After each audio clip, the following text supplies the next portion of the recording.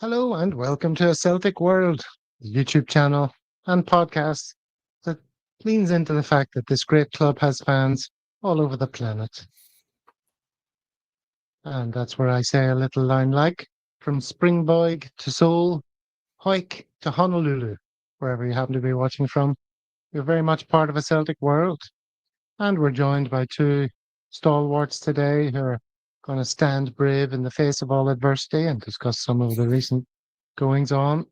Stephen in Australia, g'day. Yeah, good day, Gav. Good day, David. Nice to be here. Nice to see some friendly faces. I wish I could say I had a good weekend, but I didn't. 12 o'clock kickoff for me here on Saturday night. I was anticipating getting it all done and dusted in 90 minutes and getting up the road, but sadly it didn't turn out that way, as we'll discuss. But yeah, not great. Still a bit pissed off, and I've got a few things to get off my chest. No doubt, no doubt. But we're going to talk about a lot more than just the games. Stay tuned. Also, we better move over to say Sawadee Krap to David. Hey Gav, hey Stephen, hi folks. Not the best weekend. Can't guarantee I won't be talking shite again, Monty, but we'll do our best to entertain. So, hail hail. Okay.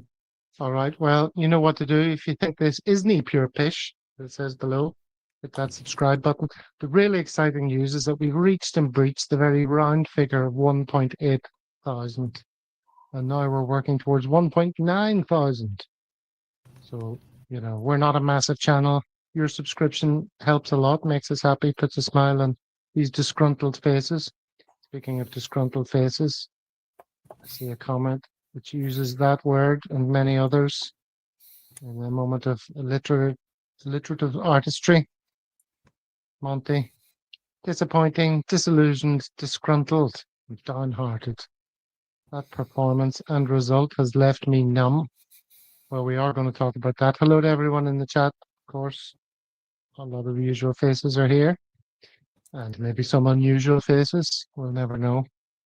The only unusual faces we see are those of the contributors. But anyway, here's what we're talking about. A little bit of the final analysis. Obviously, we can't not. And then we're going to mention Jungle Days. Does that ring a bell to anyone what that might be about? Thirdly, we'll discuss our champ, Lewis. And then move on to the Champions League qualifiers. And maybe a little bit of chat about what the summer's going to look like. So that's what we're here to talk about. Craig Young, who's a Snitch 420. Dano is there. Dano was supposed to be on, but unavailable for the... He was unavailable for the drink along because he's poorly. And as you can see, he's still sick AF. That's what the kids say, David. Do you know what AF stands for? I'm FAF is what I tell people. And I'm meaning funny, not fat. Although that applies also. So you were going to say FAFO. You know what that means, Stephen? I do actually, yeah. I'm not that old and decrepit yet. Yeah, it means fuck around, find out, Gav. Very good. Well done, good man. All right, well, let's fuck around and talk about the game. We're not going to go through images and all that bollocks. I couldn't bring myself to rewatch it, to be honest. What we could do is, what happens if I do this? Oh, yes. All right, well, this is sort of the moment, I suppose, of the game, if you want to isolate one. Kasper Schmeichel's error. And I still can't really quite work out what was happening there. And I haven't revisited that much since the game, and I watched it during the drink along. So, Stephen, you probably were, I don't know if you were more sober than me at the time, but maybe you've had done some more sober analysis of this very moment. Talk to me. Yeah, I think I was probably less sober than you watching the game due to the aforementioned fact that it was after midnight here in Sydney. But I took one for the team. unlike yourself, and I watched it back today, or at least I watched the extended highlights back today, and it wasn't pleasant viewing, but it was quite instructive and quite informative, and it sort of pointed out a few things to me. If we want to talk about their goal, which, as you say, was the defining moment of the game. Now, clearly, it's a bad mistake from Schmeichel, but it all comes down to one: we lost possession. We gave away possession about 3 times in the same passage of play. I think the first time it was Paulo Bernardo with a really slack pass out of possession, and then with another 2 instances in the same passage of play where we just gave it away. Ultimately, it comes down to, for me, the main offender for losing that goal is Greg Taylor. He doesn't get anywhere near close enough to the winger. In fact, you'll see, if you could see it winded out a bit, when the ball goes out to the winger, he's pointing at Yang, I think, to go and press the winger. Now, I don't know on what planet Greg Taylor thinks it's Yang's job to press the winger. That's the left back's job. And he doesn't do it. He doesn't get anywhere near him. And the guy's got all the time in the world to swing a good delivery in. Now, clearly, Schmeichels has made a Horlicks of it. There's no question about that. But there is an Aberdeen player just behind him who was probably going to tap it into the empty net if he got nothing on it. So he had to try and get something on it. As it happened, he didn't get enough on it, and it's gone into, he kind of half sclaffed off his arm and ended up in the net. So terrible goal to lose. But at the end of the day, there was another, it was 120 minutes we were playing them for. We did the other 120 minutes to put it right, and we didn't. And we weren't able to do it, and that's my main beef about the game. But yeah, it was. I think Greg Taylor, if he signs off from the club, if he is indeed out the door, then that's been his last sort of meaningful act as a Celtic player, is to lose us the cup final. So that's probably sums up his Celtic career quite nicely. Decent enough player sometimes, but just can't defend. And he really can't defend. And if anybody wants to make the argument to me that he's worth 25 grand a week, then I've got a bridge to sell you, because there's not a chance in hell he should be earning that sort of money. He's a backup defender at best. If he wants to stay as a backup to Kieran Tierney, I think the club would have him. But no way in earth should we be paying him 25 grand or anything near it. Okay, David, do you echo those sentiments, or where would you put the emphasis? Yeah, pretty much. I think that Saturday was a kind of typical game for Taylor. You could argue that apart from that, horrific mistake, he was probably one of our least bad players. He had 2 decent shots relatively on target. Played kind of okay. But the bottom line is he's a left back, and he doesn't play anywhere near left back. And every single team in the country goes down, the massive hole that is where he is not. As Stephen said, he shouldn't be screaming at Yang to go and do his job for him. He was nowhere near in position. It was just one of those typical Taylor games where, as a midfielder, he was okay. As a sort of, I don't know where he was playing for most of the game. A couple of his shots were nowhere near where he should have been as a left back. But for me, it was just a typical Taylor performance, and I won't be that sad to see him go, to be honest. Schmeichel had a horror. That was horrific, and I don't know whether he's fit. We were talking about fat as fuck earlier on, but without sort of fat shaming people, I think he has maybe put on the beef as well a little bit. But certainly it was a terrible goal to lose. But Taylor was badly at fault. Yeah, I was struggling to understand what Schmeichel was trying to do. In that circumstance, you just not smother the ball. What's he doing with his arm? What's this flicking business? What? I don't understand. Yeah, but I think you've got to understand that he's been out with a shoulder injury to his right shoulder.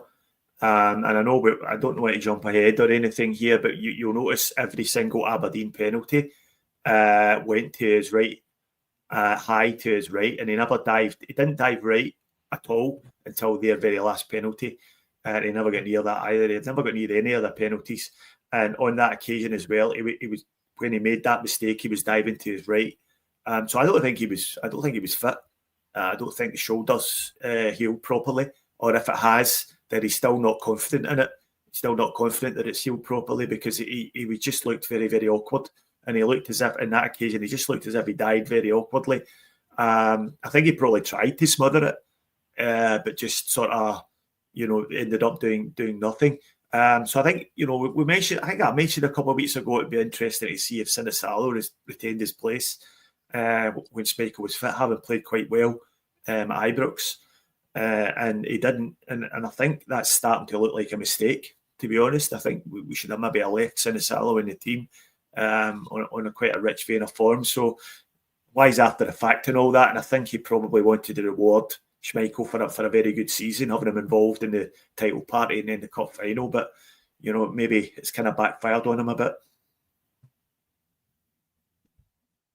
Yeah, I guess so. All right.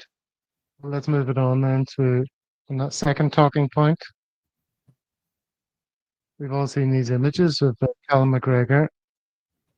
Was anyone else kind of shocked at how much emotion he displayed here? I'll go to you first, David. I mean, he's usually cold as ice. He's quite a sort of robot, and the way he goes about his business. Are you surprised by how much it meant to win this and to have made it? He's the captain of Celtic. He's been, he came through the boys' club. He's a Celtic fan through and through. Never lost a cup final until Saturday.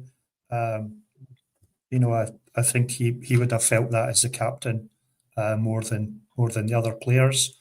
He probably feels he let the team down. He was the least bad of the three midfielders. I don't think he had anything particularly to complain about his own performance. But no, I think he quite rightly, he's upset. He is human. I think the pressure was all on Celtic to win. It was a bit of a free hit for Aberdeen. Keep it as close as they could. I don't know if we're going to talk about how shite the referee was, but the referee, that was one of the worst refereeing performances I've seen this season. But yeah, McGregor was upset. I mean, I'd already left the pub in disgust. As soon as the penalty was taken, I'd paid my bill and I was on my way home. But yeah, I mean, he wears his heart in his sleeve, and fair enough. There's a comment from Joseph Agnew, who often comments on the YouTube videos after the event, so it's good to see him in live chat. Has his own style of writing, always in caps. People should never be on the park. Passing back sideways. Could have put 10 up front, no ball, no goals. BR needs asked. Crocodile tears, ask questions, crocodile tears. Yeah, it's not ideal. On the McGregor front, of course, now, Stephen, you see a lot of the fans on social media questioning whether he should continue as captain and all this, and saying Tierney should be the captain as soon as he comes in. And, there's this knee-jerk reaction for a guy who's always does his best for us and usually is the metronome, right? Yeah, I mean, I don't really get that, to be honest. But I will say, and I don't want to come across as being quite callous here, but I thought the tears were a bit much, to be fair. And I don't know what's behind it. I don't know Callum McGregor personally, but I don't know why he was behaving like that. I think it was time to just, man up, go over and shake the Aberdeen players' hands and say, we lost the game and that's it. It's important to remember he wasn't the only one who missed a penalty. I didn't see Alistair Johnson crying. I didn't see Greg Taylor crying for his part in their goal. I didn't see Kasper Schmeichel crying. So there was no need for it. He's launched a 1,000 memes for the Huns to exploit, and they've been doing that with great gusto the last day or two. Not that we care about that, but I just think that he's not. I think it was a bit much, and I think maybe maybe Rodgers should have pulled him aside and said, let's get a grip here. We don't want to overdo this. We don't want to make it look like something it isn't. We lost a game of football in a very successful season. We're still the champions, and let's act like it. And just in this point, I'm not saying to response to Monty there, I'm not saying crying is a sign of weakness at all. That's not what I'm driving at here. I'm just saying I didn't think it was merited on that occasion. I didn't think it was such a disaster that merited that sort of reaction. Tough love there from Stephen. Got a man up when Stephen's around, David. Fair enough, yep. No, I mean, to be perfectly honest with you, I was crying all the way up the road, but but he can't. He shouldn't. He's not him. I'm allowed to, but not him. Very good, David. You were going to say? No, I just think. I think at the end of the game, it's got too much for him. I do think there was a huge amount of pressure on Celtic to win the treble. He's obviously professional footballer. He knows how well the team are playing. I think last week against St Mirren, the signs were maybe there. And there was a guy in our CSC that had put a lot of money on it at the start of the season for Celtic to win the treble. And so I'm not saying it was that £5,000 that was making Calmac burst into tears, but I think if he'd been in our CSC, he wouldn't have been the only one greeting. Yeah. Well, just a little reminder then for the Huns that you say are sharing memes. There's just look at that comparison between the two captains. Fantastic. Yeah, I think that difference. Just underlines why losing one Scottish Cup shouldn't have merited that reaction. To be honest, because he's cleaned up in Scottish football. He'll go down as one of the most decorated captains of all time. He'll get up close to where James Forrest is in terms of trophies won. And I think when you lose one like that, you just have to take it on the chin and move on. But yeah. Yeah, that's why I was quite surprised. It was really unexpected because you never really see him acting like that. No. But okay, well, let's move the conversation on now to this. They see this a lot in the comments as well. Brendan Rodgers is the issue now. Of course, a lot of people are of that opinion. This is what this fella says. Steve, Queen's Park, Dynamo, Limassol, Borre, Frankfurt. Brendan Rodgers, he's the issue. The most boring football imaginable week in, week out. Engels, Trustee, Ida and Jeff are his signings. Sevco robbed of penalty in the League Cup final. Sevco schooling us home and away. Lost to that shite today. We have declined since Ange. David, we'll go to you first. I don't know where you stand on Rodgers generally. I think generally you're positively disposed towards him, but do you think he dropped the ball a bit in this final? Yeah, I think if he'd have passed on to Stephen, he would have been the first one to say pish. That's just a nonsense text, basically. If you look at week in, week out, we're turgid shite. 112 league goals. Go and look at yourself. How many games have we won? 5-0, 6-0. Battering teams. For me, one of the problems we've had is there's been no competition. The league was over by November. So basically, after we took Bayern Munich to 20 seconds away from extra time, we've only had 2 meaningful games in the last 2.5 months. The semi-final that we won easily, and then the final on Saturday. So this idea that we've been it's been rubbish, for months, etc. It's just nonsense. I think that I mentioned last week that I felt that maybe in the last couple of games, the signs were maybe there.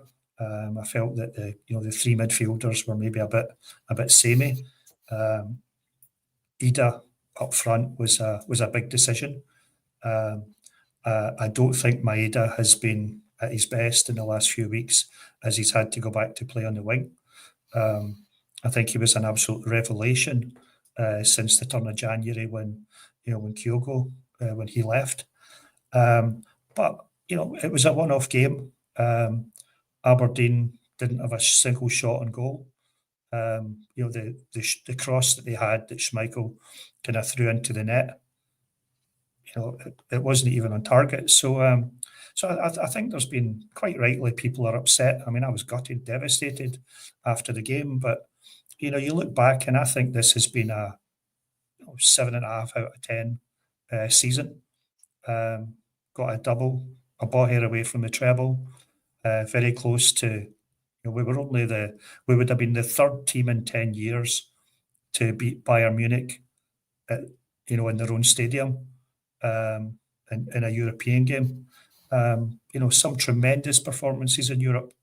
I think it was, a pretty good season. I agree with Monty in terms of his the timing of his substitutions, but also I think the quality that we had on the bench.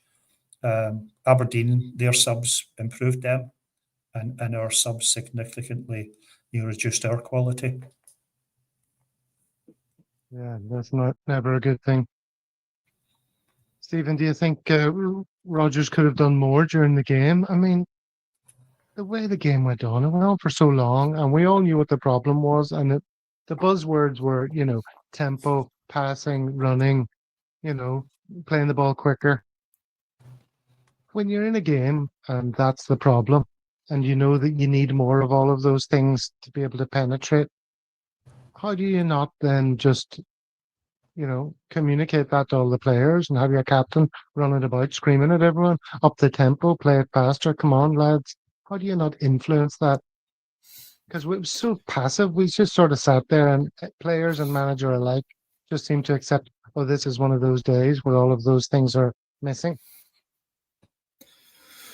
Look, I think I'm a big fan of Brendan Rodgers, as you know, but I think he does have questions to answer. We've already mentioned the first one, which is why Sinisalo was dropped. That was a decision that appears to have got wrong. Now, the other one was, should he have started James Forrest instead of Kuhn? And Kuhn was woeful again, and I think he got that one wrong. I think he should have started Forrest. Forrest has been in a rich vein of form, and if you get the first 60 minutes out of Forrest and then take him off, that's fine. He's done his job. But I think Kuhn's been awful. The whole second half of the season, really, ever since the Bayern Munich game, and even before that, his form was on the slide to the point where I think we actually have to start wondering about Kuhn as to whether the good spell of form that he showed at the start of this season was actually the outlier, and now he's just reverted to type in his pish, because he was pish last season. It got blamed on some dental issues, and now he's had a good spell of form at the start of the season, and now he's back to being pish again. So I think we might have to start thinking that the good spell was the outlier. So that was a decision he got wrong. The Ida thing through the middle, I don't think he had any choice but to play Adam Ida. We mentioned this in Thursday's podcast that Maida's just looked really, really tired. And I think he's knackered. And you could see that in his play. He's nowhere near as influential as he has been. And he missed another 1-on-1 with the keeper where they could have won the game for us. And I think he was just tired. He didn't get enough contact on the ball. He kind of sclaffed at it. And he just went straight into the keeper's legs. So I think 7 weeks ago, Daizen Maeda just sticks that in the net and away we go up the road with the cup. But I'm not sure he had any other choice. I think that situation goes back to selling Kyogo in the transfer window, not replacing him. Rodgers was quite vocal about wanting a replacement striker brought in, and the board didn't deliver. And I think, with as David's right, Maeda was a revelation through the middle in the weeks directly after the transfer window closed. But I think he's just run out of steam now. and we're feeling the effects of that, because you're bringing on Johnny Kenny at the tail end of extra time to try and salvage the game, and that's not just not good enough at our level. Johnny Kenny, and I don't want to be disrespectful to the League of Ireland. I love watching the League of Ireland, but that's his level. He's a League of Ireland player. He's not a Celtic player, and he never will be. He's an honest, hard-working player, and I hope he goes on and has a good career. But he's only there because we didn't sign a replacement for Kyogo. He was on loan at Shamrock Rovers at the start of the season, and he was tearing it up over there, scoring a lot of goals.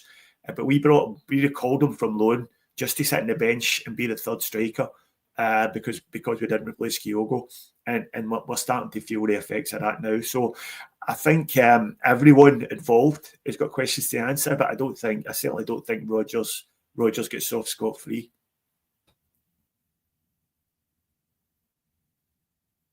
You're on mute. Yeah, I know I'm on mute. My dog was barking like mad there. One person who didn't get off scot-free on the drink along was Kasper Schmeichel. I tell you, Kaiser was absolutely doing his nut, screaming his head off for an extended period about that attempt. And I caught something when watching another popular YouTube channel about Scottish football that might have been a reaction to that. Have a listen to this and see what happens sometimes. You just open a can of Kestrel and Kaiser's just gone for it today. Just the sun's out, he's sitting there outside. John says Kaiser's been on the glue again. John, it's nothing to joke about. Kaiser's safety is the most important thing here. You just want him to go to bed early. There you go. Who'd have thought that Pierre Del Soccer would be reacting to our Kaiser? Oh dear. It's all good fun. All right. Here's the next thing we're going to talk about. Then we're going to shift our attention away from the game and everything. We'll come back to Champions League, the summer and all that, but we're going to take a little deep for a second. Go ahead. Can I just tell you one thing before we get off the game? Okay. One player who just really provoked my ire, and he wasn't on the pitch for that long, but I've just had enough of him, and that is Yang. See, Yang, all I ever hear on social media is there's a player there, there's a player in there. I hate and the problem is there is a player in there, but he's absolutely pish, that player. And he shouldn't be anywhere near a Celtic team. And he came on, and his performance off the bench was up there with the worst of them, one of the worst performances I've ever seen from a Celtic player. He's not good enough, and he's never been good enough, but he gets chance after chance after chance. He gets wheeled off the bench in almost every game, and more often than not turns in that sort of garbage. And I was thinking to myself at the time, and certainly after the game, what must the young players at Celtic think when they see that sort of player getting chance after chance after chance, and guys like young McArdle, who played really well in his 2 appearances in the match day squad, and then doesn't feature again, and yet Yang gets wheeled off the bench every time. I really think we need to be seeing the back of players like that. I hope he's played his last game for Celtic. I really do. And he just sums up what's wrong. That's the sort of player we're bringing off the bench, and that's what we're expecting to turn a cup final in our favour. He's not a player. He's not a Celtic player, and he never will be. So let's stop pretending. Can I get a rant as well? Sure, why not? Scales. Oh, yeah, he was next. I mean, Scales was... I've never seen someone so nervous. I mean, the first 5 minutes was just an absolute bomb scare. I think it was about 10 minutes when somebody passed to him and he wasn't even looking in the right direction. It was a terrible performance. I mean, utterly hopeless. I think he had a decent block. But I think one of the things that someone put in one of the chat groups is that I think other teams just allow him to get the ball.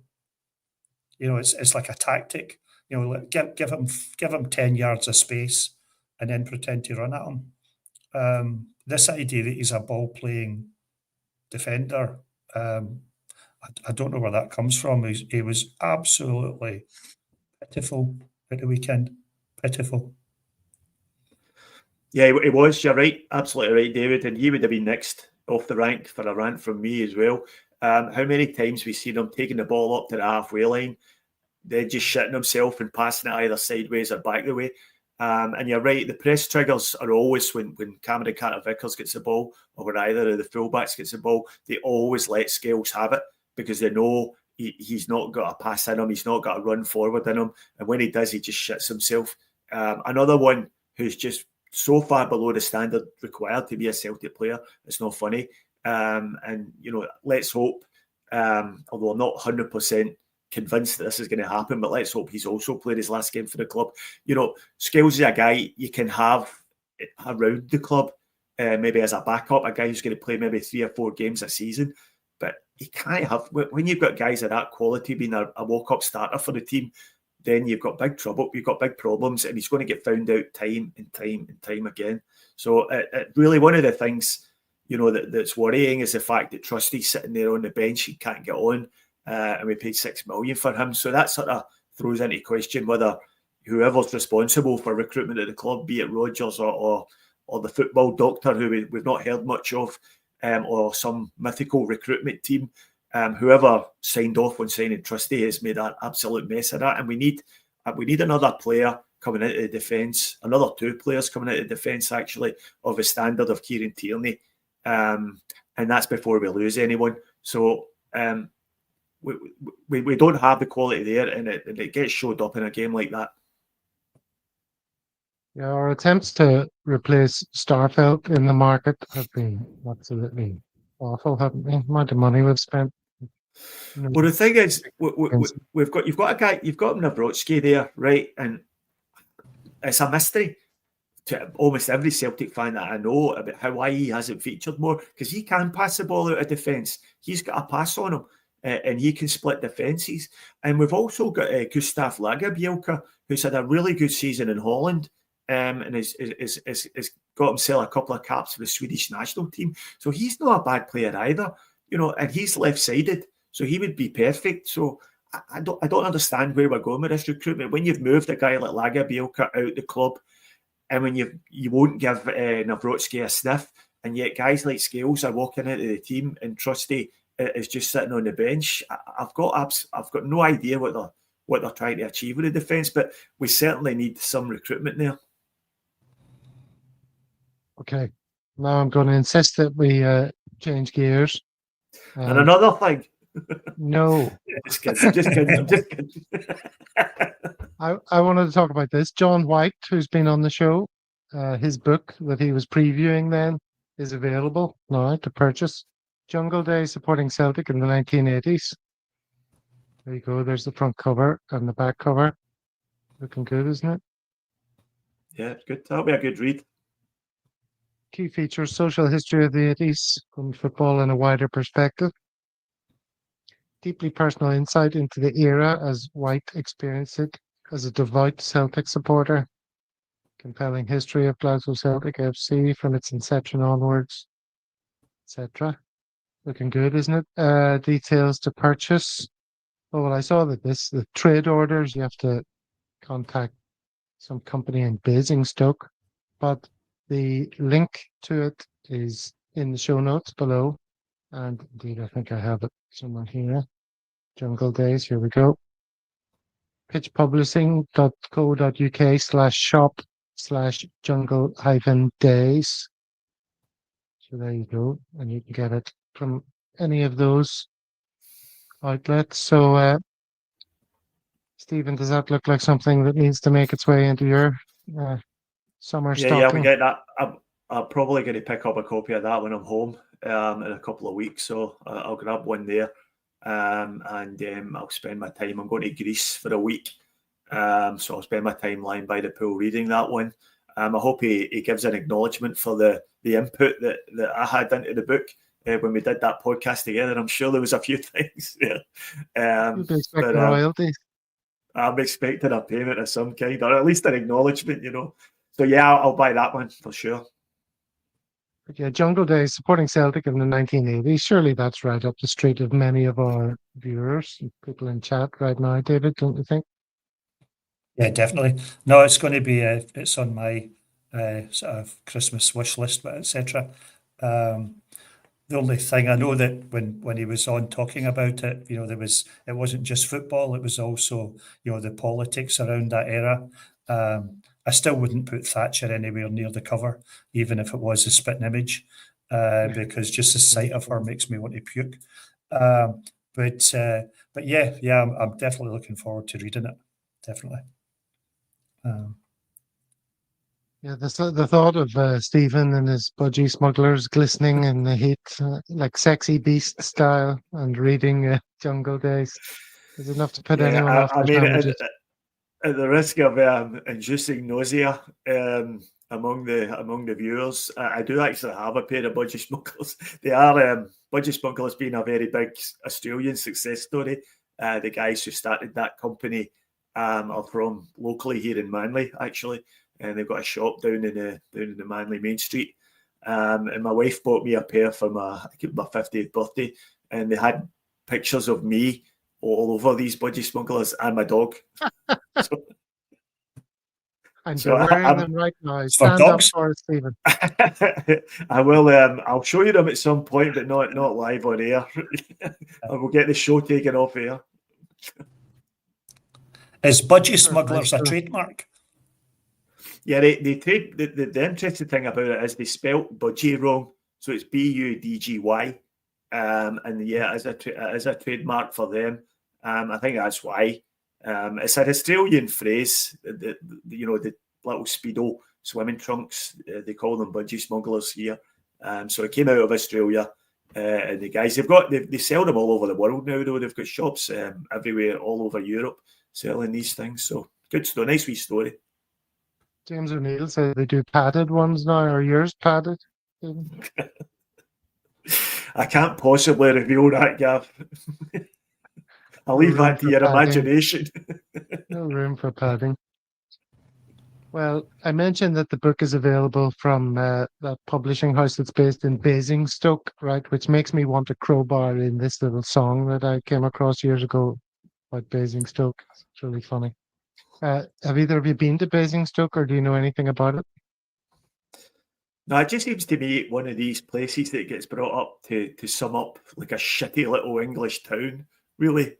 So it's like a bog average, nothing special English wee town somewhere.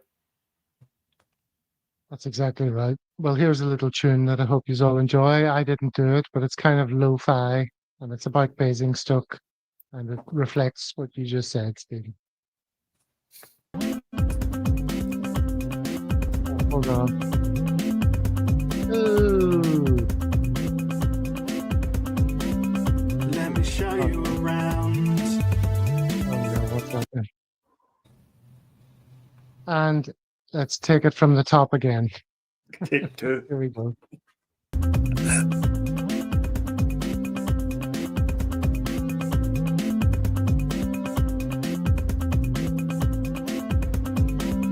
Let me show you around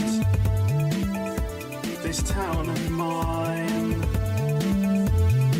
You'll find it off the M3, the A339. It's easy to find, just follow the signs. You can do so much, don't have to travel far. You can go for a swim to the cinema, take yourself shopping and relax in a spa. B to the A to the sing, S to the 2K, right at the end is an E. Basingstoke. B to the A to the sing, S to the 2K, right at the end is an E. Basingstoke. Why not wander around the town and festival place? It's got what you want, all you'll ever need. The starting place for you to succeed, it's here. Why not go for a meal? Try all the restaurants. There's museums, cafes, coffee shops too. You can go for a drink in a bar, there's a few. B to the A to the sing, S to the 2K, right at the end is an E. Basingstoke. B to the A to the sing, S to the 2K, right at the end is an E. Basingstoke. Follow sport and any local teams. If it's football, then it's Basingstoke Town. Ice hockey, then the Bison are around. Do you like the arts? Music, theatre, comedy. There's the Anvil Forte Market too, and the wealth of talent that's coming through. B to the A to the sing, S to the 2K, right at the end is an E. Basingstoke. B to the A to the sing, S to the 2K, right at the end is an E. Basingstoke. Never, ever move out. Never, ever move out. Never, ever move out. Never, ever move out. B to the A to the sing, S to the 2K, right at the end is an E. Basingstoke. B to the A to the sing, S to the 2K, right at the end is an E. Basingstoke.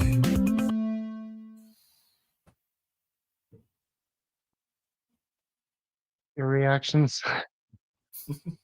I'm just a bit concerned about how you either found that in your feed or as a result of your musical ability, perhaps that came up as an option for you, Gav. I'm hoping it's the former rather than the latter to give you the benefit of the doubt there. Well, I was talking to a guy who lives in Basingstoke for a different thing, and he put me onto it because I was saying I know nothing about Basingstoke. I echoed what Stephen was just saying there. Just sounds like a byword for just a crap, boring non-entity of an English town. And he said, "Well, it is, and you should check this song out." That I thought it really was sums good. it up, doesn't Really it? I mean, I won't be rushing to visit Basingstoke any time soon. Pretty good. Alrighty then. Okay, so that is that. The only other little aside was I wanted to show you a little video of Lewis, who has also been on the show. Lewis is one of our contributors who lives in Seoul and he boxes in Seoul. And he was involved in a boxing match recently that you will have seen. I think, David, at least you've seen it. It was part of a no KO, no win event hosted by the WBA Asia champion, Hwan Hyun Min. And apparently a few people showed up to it saying that they knew that Lewis was fighting from the podcast. And then they'd come to see him. So that's pretty exciting, isn't it? Would you like to see a little bit of footage of that? I've got it playing here Yes. on Instagram, and I'm trying to time it in such a way that when I go over to it, it's the start of the video. So just fill in a few seconds here while it's playing out. Interesting that people knew that he boxed from this. Obviously Celtic fans that were watching him on the show and then made an effort to come and see Yeah, him. I noticed there was some hoops in the crowd. Yeah, one of the guys in our CSC in Bangkok he knows him. Said he's the most mild-mannered person you'll ever meet.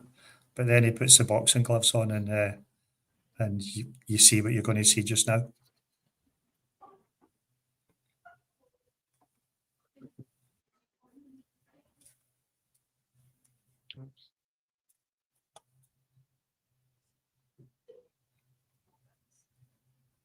Can I make that bigger now?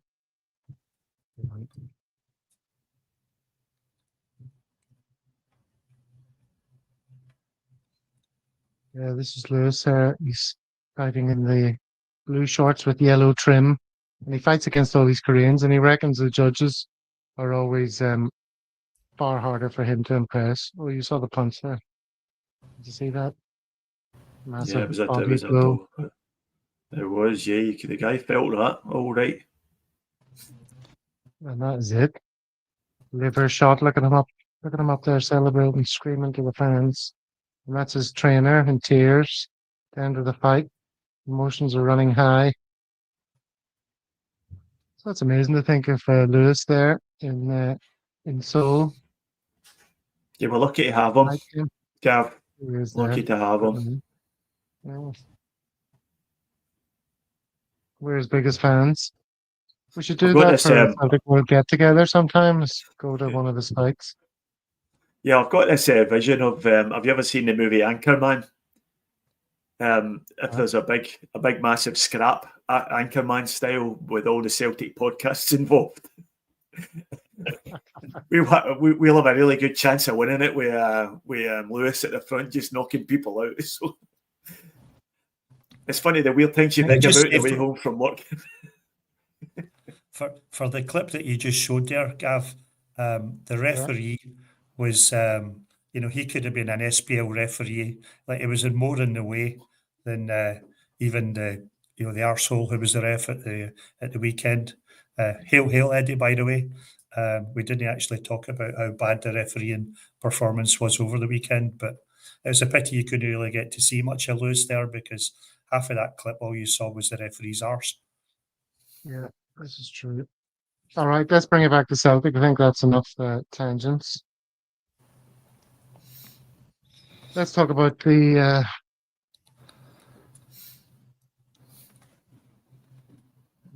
European qualifications. We saw that Celtic are now seeded, thanks to what happened over in Croatia. And these are some of the teams that we could face. Copenhagen, Ferencvaros, Crvena Zvezda, which is Red Star, Belgrade, Maccabi Tel Aviv, Dinamo Kyiv, and then FCSB, whatever that stands for in Romania. So that's good news for us, isn't it?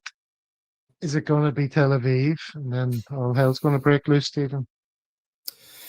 Yeah, I mean, I really hope not, because that would be a very explosive tie. In the interesting thing, well, the first thing is, and I'm not going to get too political here. There's not a chance in hell that Maccabi Tel Aviv should be playing in that tournament, or any Israeli team for that matter. And it's an absolute disgrace that UEFA have allowed them to. But I think that last year they were forcing them to play both legs of the game, or these games behind closed doors with no fans there, because of security concerns. And that would be probably the same if Celtic played them. So we would have to play them in an empty stadium, even our home leg. And that would be just unacceptable to me. So I don't want anything to do with them. I don't want to legitimise them by playing them and making a big deal out of it. So I'd rather not. Is there anyone you'd like to see us come up against there? Who's the weakest team out of that lot? I don't know. I mean, there's a few banana skins in there, even in the unseeded teams. Dinamo Kiev put the Huns out last year, so, or was it the year before? I can't remember. They put them out. That was last year, wasn't it? Dinamo Kiev knocked him out in the Champions League. So you've got them, and all the teams are capable of causing us problems. And again, it comes down to us being prepared properly for it. It comes really early in the season. I think it's both legs are in early August, and we need to be prepared for it. We need to have all our transfer work done well in advance of that, and we need to hit the ground running. So I'm glad we're seeded. We've avoided teams like Red Star, and also Bodo Glimt, who got to the Europa League final and are clearly a decent team. So it's gave us a better chance of getting through, but it all comes down to how we prepare. Have we avoided Red Star? Oh yeah, they're seeded. Yeah. What's they're seeded. Yeah. I'm not. The tick means that they've already qualified for that round. Okay, so the unseeded are Maccabi Tel Aviv, Basel, Dinamo Kyiv, Sturm Graz, and the Romanian team. All the teams there that haven't got a tick have to qualify still to get to that round, so they might not be there. It depends if they win an earlier qualifying round. Okay. Yep, interesting. And Let's have a quick look at this. Bad news for Sevco. Union Saint-Gilloise won the Belgian League, meaning they will be unseeded in the Champions League playoff round, should they get that far. Mm-hmm. Of course, they've got 2 games, don't they? This is quite useful to look at. Of course, this is from our friend at Scotland's Coefficient. Celtic, we've got 1 qualifying round, guaranteed 8 Europa League phase matches at worst. Sevco have got 2 rounds to play to get into the Champions League, and they're guaranteed nothing because if they continue to fail, they could be out of Europe. Aberdeen have got 1 Europa League qualifying, and they're at least guaranteed 6 Conference League phase matches. That's quite interesting. Yeah, so that's good news for us. But as you say, Stephen, what state are we going to be in come that time? Who's our team going to consist of? Just quickly on the Huns, I think I read somewhere today there's a good chance they're going to be playing Benfica or one other team if they get to that qualifying stage. So that's if that's the case, then they're very unlikely to beat Benfica over 2 legs. There's 2 teams, wasn't there? Benfica and somebody else. Benfica and somebody. And I seem to remember that Benfica, the other team were just as good as well. So the other team was better, in fact. It's Bruges. It was FC Bruges. Bruges. That's right. So it was either.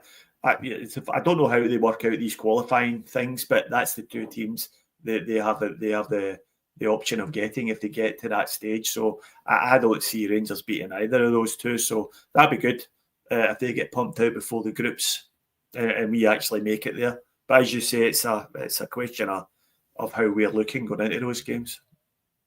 Plunge McNugget would rather we faced Sibyl instead of Bal. I don't know where they play their football. Sybil. It's a Faulty Towers reference, isn't it?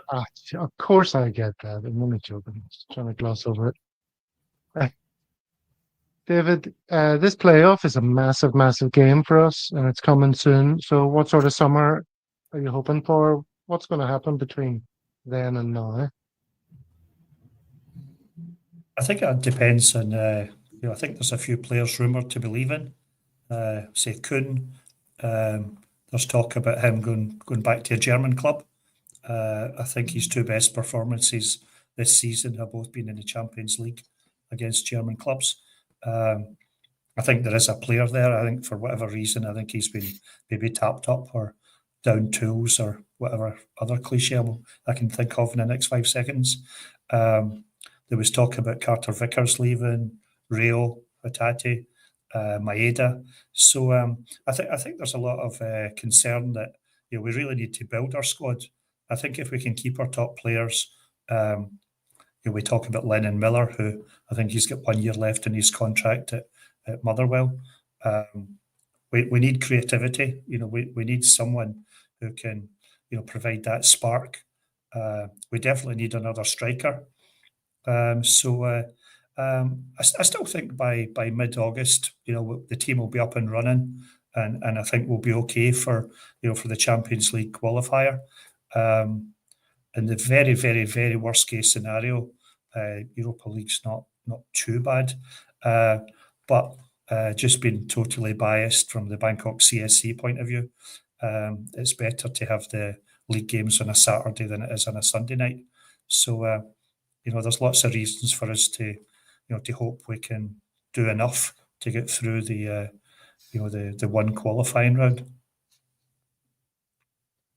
Yeah, I disagree slightly about you dropping down to Europa League, David. I think that is a big disaster for Celtic, that just for the purely economic terms, because you can see what Rangers earned less than half of what we earned this year from European football, and they reached the quarter-final of the Europa League. So there's just no comparison in earnings potential, and I think if we want to keep on progressing as a club, then we need to be in the Champions League. It's that big a game for us. It's absolutely massive, and I think we've got a massive transfer window coming up.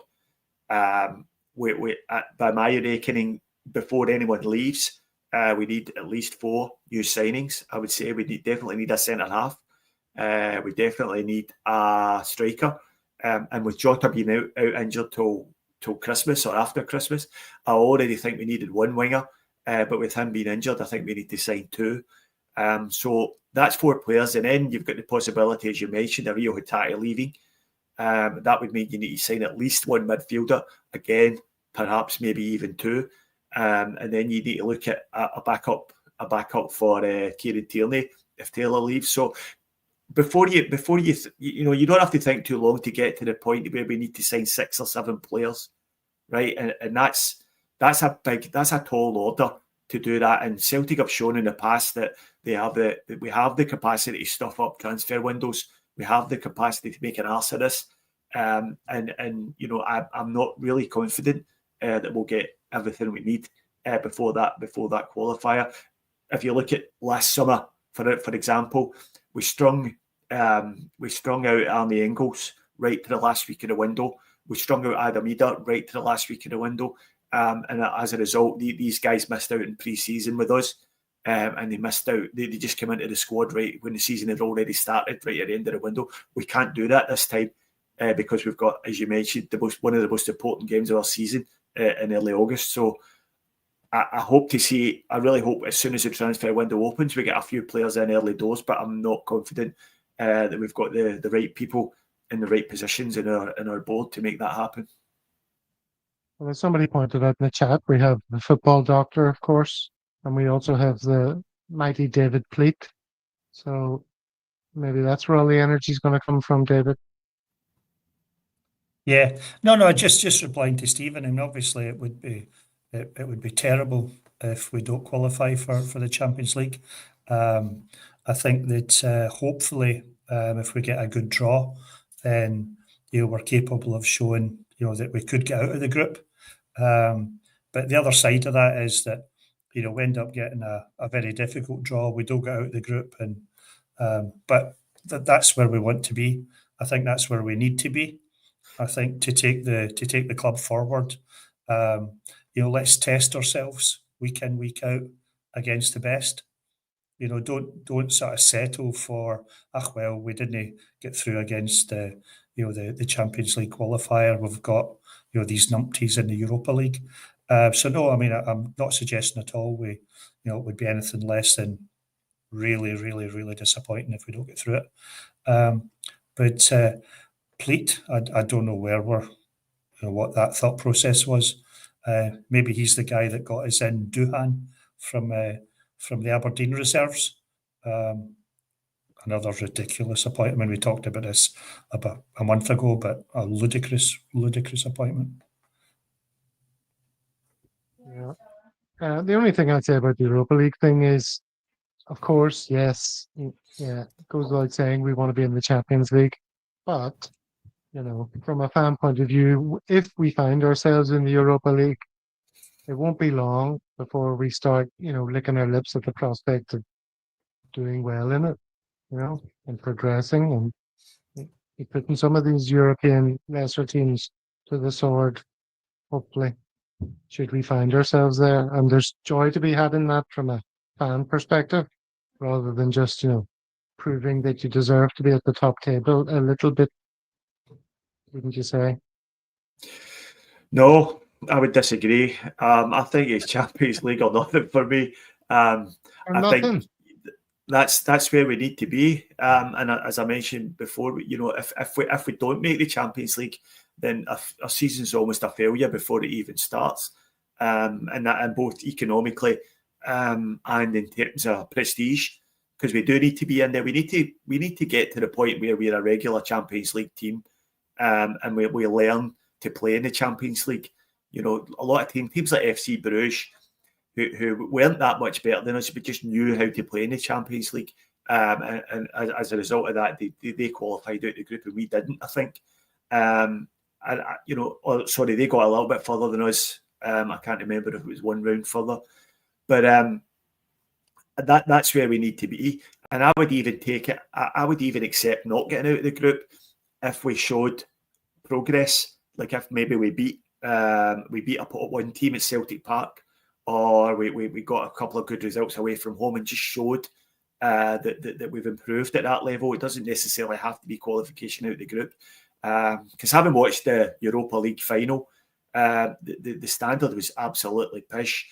And, you know, it's just such a big drop-off from the Champions League. It's not funny anymore. And I think the fact that no Champions League teams dropped down to Europa League, certainly after the qualifying rounds, has sort of lessened the quality and certainly lessened the prestige of Europa League. So we'll leave that to Rangers. They can drop down there and amass some coefficient points for us and do their job like the little monkeys that they are. And we'll get on with dining at the big table.